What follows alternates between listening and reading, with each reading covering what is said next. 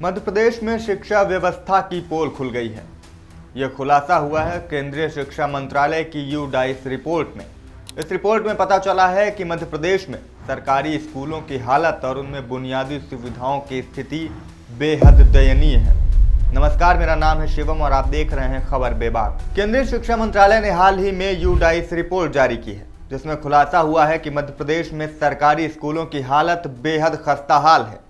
यह ना तो छात्रों के अनुपात में शिक्षकों की पर्याप्त व्यवस्था है और न ही उन स्कूलों में बुनियादी सुविधाओं का काफी ज्यादा अभाव है। इस पर आगे बढ़े उससे पहले आपको संक्षिप्त में बता देते हैं कि आखिर यूडाइस रिपोर्ट होती क्या है। यूडाइस का पूरा नाम unified district information system for education है। यह शिक्षा मंत्रालय द्वारा संचालित एक डेटा संग्रहण प्रणाली है जो देश भर में स्कूलों और छात्रों की संख्या, उनसे जुड़े आंकड़े एकत्रित करती है। इसके साथ ही इसमें स्कूलों की संख्या, उनमें छात्रों का अनुपात, छात्रों के अनुपात में शिक्षकों की संख्या कितनी है, इसके अलावा स्कूल में क्या बुनियादी सुविधाएं जैसे पेयजल, शौचालय आदि की क्या व्यवस्था है, ये सभी डेटा भी यूडाइस रिपोर्ट में दर्ज किए जाते हैं। और अब इसी रिपोर्ट में खुलासा हुआ कि मध्य प्रदेश में शिक्षा व्यवस्था और सरकारी स्कूलों की हालत बेहद खस्ताहाल है। यहाँ ना तो छात्रों के अनुपात में पर्याप्त शिक्षक है और ना ही स्कूलों में बुनियादी सुविधाएं हैं। कई ऐसे स्कूल हैं जिनमें बिजली की व्यवस्था नहीं है और कई ऐसे स्कूल हैं जो सिर्फ एक शिक्षक के भरोसे चल रहे हैं, यानी उस स्कूल में सिर्फ एक ही शिक्षक तैनात है। यूडाइस रिपोर्ट के अनुसार एमपी के 9,500 स्कूल अंधेरे में चल रहे हैं, यानी यहाँ पर बिजली की भी सुविधा नहीं है। वहीं 12,000 से अधिक ऐसे स्कूल हैं जिनमें मात्र एक शिक्षक है, यानी एक शिक्षक के भरोसे पूरा स्कूल चल रहा है, पूरी कक्षाएं चल रही हैं। और अब बड़ा सवाल ये है कि क्या इन स्कूलों में पढ़ रहे बच्चों को गुणवत्तापूर्ण शिक्षा मिल रही होगी, जहां ना तो पर्याप्त शिक्षक हैं और ना ही स्कूल भवन में बुनियादी सुविधाओं की कोई व्यवस्था।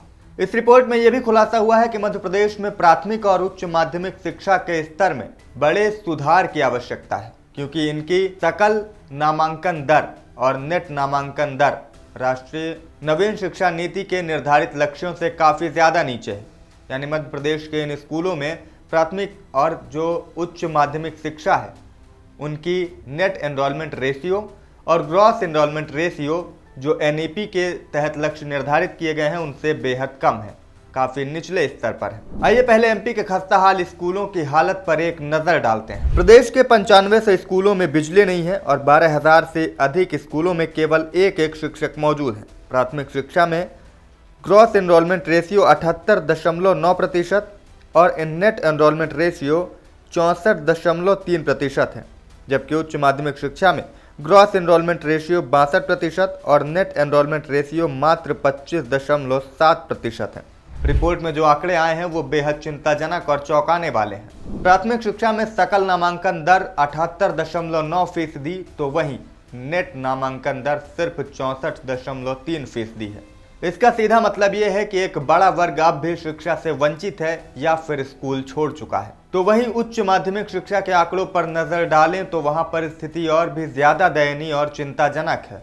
यहां सकल नामांकन दर 62% तो वहीं नेट नामांकन दर सिर्फ 25.7% है, जिसका सीधा मतलब यह है कि बच्चे उच्च शिक्षा में पहुंचने से पहले ही पढ़ाई छोड़ दे रहे हैं या फिर स्कूल जाना बंद कर दे रहे हैं, जो कि मध्य प्रदेश सहित देश के भविष्य के लिए बेहद चिंताजनक है। और ये आंकड़े मध्य प्रदेश में शिक्षा व्यवस्था और राजनेताओं के खोखले दावों की पोल भी खोल रहे हैं। अब आप अंदाजा लगाइए कि 12,000 स्कूल ऐसे हैं जिनमें सिर्फ एक शिक्षक तैनात हैं, यानी अभी भी प्रदेश भर में शिक्षकों की कमी है, लेकिन भर्ती का कोई अता पता नहीं। 9500 से अधिक स्कूल ऐसे हैं जहां पर बिजली नहीं पहुंची है। बिजली, जिसे आज रोटी, कपड़ा और मकान के बाद चौथी सबसे बुनियादी आवश्यकता माना जाता है मानव जीवन के लिए। 9500 से अधिक स्कूल, 9,500 से अधिक स्कूल अंधेरे में चल रहे हैं। बिजली की कोई व्यवस्था नहीं है।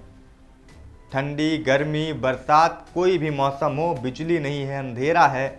गर्मी में बच्चे कैसे पढ़ेंगे, ठंडी में क्या व्यवस्थाएं होंगी, कोई भी व्यवस्था नहीं है। कुछ भी ऐसी बुनियादी सुविधाएं वहां बच्चों को नहीं मिल रही हैं और ना ही पेयजल की कोई उत्तम व्यवस्था है। इन आंकड़ों से आप मध्य प्रदेश में शिक्षा का स्तर और शिक्षा की गुणवत्ता पर आसानी से कयास लगा सकते हैं। आप अंदाजा लगा सकते हैं कि इसकी क्या हालत है।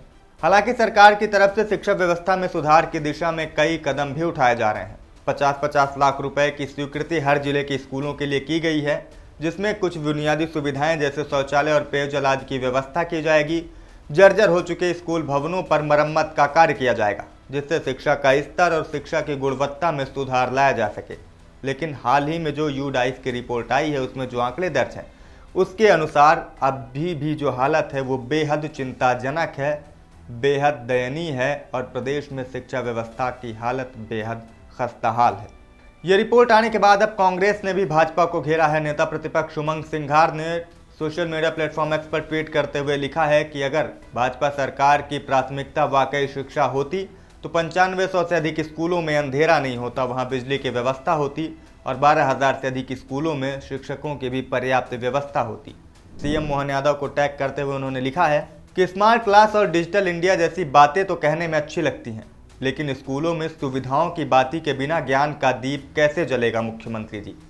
आपको बता दें कि जो आंकड़े हैं वो बेहद चिंताजनक है और प्रदेश सरकार को इस पर गंभीरता से सोचने की आवश्यकता है और शिक्षा में सुधार के लिए कड़े कदम उठाने की ज़रूरत प्रदेश सरकार को है। इस वीडियो में फिलहाल इतना ही।